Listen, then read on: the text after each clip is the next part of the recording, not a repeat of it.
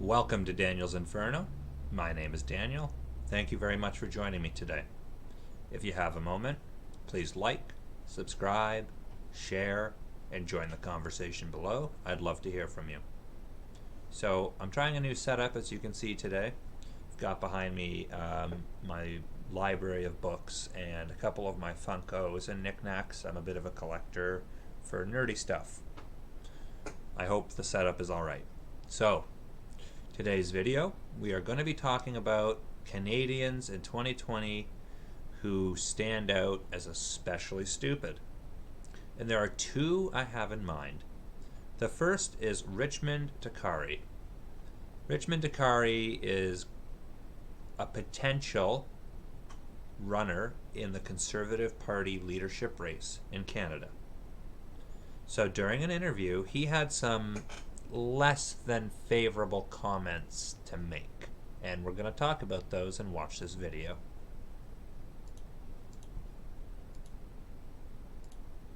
There's a new Conservative candidate hopeful aiming to win over the support of social conservatives. His name is Richard Decarie. Richard Decarie is a former political staffer. He now says he's collecting signatures and it, quote, won't be long before he officially registers. What do you mean by that? In fact, for the past weeks, there was none. So the more there are candidates, the better it is. The better we can express our point of view. So I represent the full spectrum of conservative, including social conservative, and I'm glad if others are joining the race. What do you say to people who say that Andrew Scheer's views on abortion and same-sex marriage cratered his support in Quebec and Ontario and cost him the election? I think his position on all those values were pretty clear all his career, but he didn't defend them during the electoral campaign. So I think that's where the problem starts. All right, so he makes some comments firstly about Andrew Scheer, as we just heard, who was the individual who was running against Justin Trudeau in the past election we had in 2019. So his argument about Scheer is that Scheer's views on same-sex marriage and abortion specifically were not wrong, they just weren't defended properly. Now, I don't agree with that. I think he could have any views he wants as a private citizen, but those arguments politically are done and over with here in Canada. There is no more same-sex marriage debate. There is no more abortion debate. Both of those done, over with. Parties have voted and made their stances clear. He actually, the whole reason I'm doing the video on him, he decided to say that LGBTQ is, quote, a liberal term and that being gay is a choice. So that is very, very wrong and misinformed and bigoted of him. It's all of the above. He is not representing himself as an individual in this interview. He is representing himself as an individual who is trying to run for the Conservative Party leadership. So not only does he smear all conservatives across Canada, because I can tell you this much, people don't agree with that politically. They don't think that's the case. All right? They don't think, quote, that being gay is a choice. I haven't met a single person in, I'm 26, so probably 23 years since I've heard that actually as a thing. Maybe when I was a young kid, and like my grandparents maybe said it in passing because they were at the time stuck in older world views. Now, ironically, because I mentioned my grandparents, my grandfather actually changed his views, what he had originally, prevailing back in the 20s and 30s. The views on these things were opposite what they are today. And he actually changed his views to align more with what is today. And I think that was very good of him. Now, my grandfather's actually still alive today. He's 95, I believe. Bless his soul, and I hope he's doing well. So, when asked by Evan Solomon where he stands on pro-choice legislation, he said he would, quote, defund abortion and that marriage should be reserved for a man and a woman. So, this guy, Richard Decarie, looks like he's trying to shoot himself in the foot more than anything. Conservatives around the world, well, not around the world, but around Canada, have universally said that what this guy's saying is a bunch of bunk nonsense. And it's really disappointing that Peter MacKay, who's used to be part of a cabinet minister, being gay is not a choice, and nobody should be running for office on a platform to roll back hard-won rights. That's a very, very good point, Mr. MacKay. I think that's quite true. Aaron O'Toole, the statement is ridiculous. Conservative Party of Canada is open to all Canadians. Yes. Our membership made it clear when we voted to recognize same-sex marriage. Also, yes. This is done among conservatives, even social conservatives. Like this, the fact that Andrew Scheer did not come out immediately and say, you know what, I'm religious. Because I'm religious, I have X or Y views. However, politically, these are done arguments. There's no chance that any of this can be opened up. I recognize the rights of all individuals in Canada, regardless of sex, orientation, creed, religion, race, any identifying characteristics. We're all humans. The fact that he didn't just come out and say those things, in my opinion, is why he lost the election. It's what turned people away from him. Even conservatives who are closer to the middle, teetering, conservatives farther to the right, I don't understand why conservatives are coming out of the woodwork and spewing this nonsense. You know, whatever you want to believe, again, is your choice and your right. But when you come out, you're representing a party, or that's what you're hoping to do. Not only are you smearing individuals in that party, what that party represents, the good that party has done, you are also hurting your own frickin' chances. Not that I like this guy, mind you, but let's be honest with each other. These comments do not help him. What conservative in their right mind is going to go and stunt for this guy? What MP is going to back him and think, this is going to go well for me? If I back this guy in his comments, people are going to just cheer me on and it's all going to go great. No. That's not the case. So Aaron Duncan, who is an openly gay MP for the Conservative Party, I don't know you at all, but I'm a proud new Conservative MP from rural Eastern Ontario. We should probably chat about his, quote, life choices. In a subsequent interview, leadership candidate Marilyn Gladu said her party is home to a wide range of values and perspectives.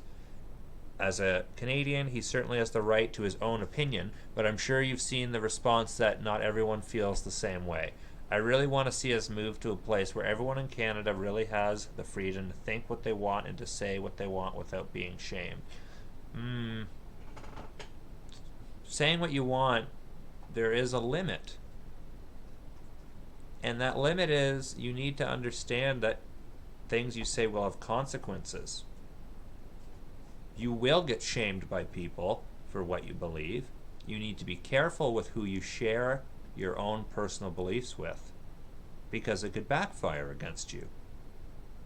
One of the reasons I decided to get into YouTube is because not only do I want to promote an open debate, but I want to see less anger, less hate, less shaming, less everything from everyone. But I recognize that there are opinions that are distasteful. As much as people can have a distasteful opinion, you need to realize sharing it has a consequence. People will react. Decarie also criticized outgoing... Yeah, we talked about that. So he hasn't officially registered as a leadership candidate. A representative from his campaign said they're securing signatures and it won't be long. That's unfortunate if that's the truth. So that's Canadian number one in 2020 that has come out to be a donkey's rear. Now the second one, Jessica Yaniv, everyone's favorite person in the whole wide world. I don't know what this is, thanks. Now, Jessica Yaniv, as many people will know, and if you don't, is a trans rights activist who first became famous because she was suing a waxing business for not waxing her nether regions, which she is a male to female trans individual pre-surgery, so she has all the male stuff. There was a lot of backlash about this. She was recently in court for brandishing a taser on Blair White's stream. Blair White is a wonderful YouTuber. If you don't know about her, she's a very intelligent woman. I respect her quite a lot. You should check her out. Now, Jessica Yaniv, as I said, brandished a taser on her live stream. She has been threatened with legal action over an accusation she made that a journalist sexually assaulted her in a bathroom. So, the legal letter was sent to Yaniv after an incident, which was this woman from the Post-Millennial went into the washroom and saw Yaniv was in there and turned around and left. Yaniv claimed that she took pictures of her in the bathroom and had police search her phone.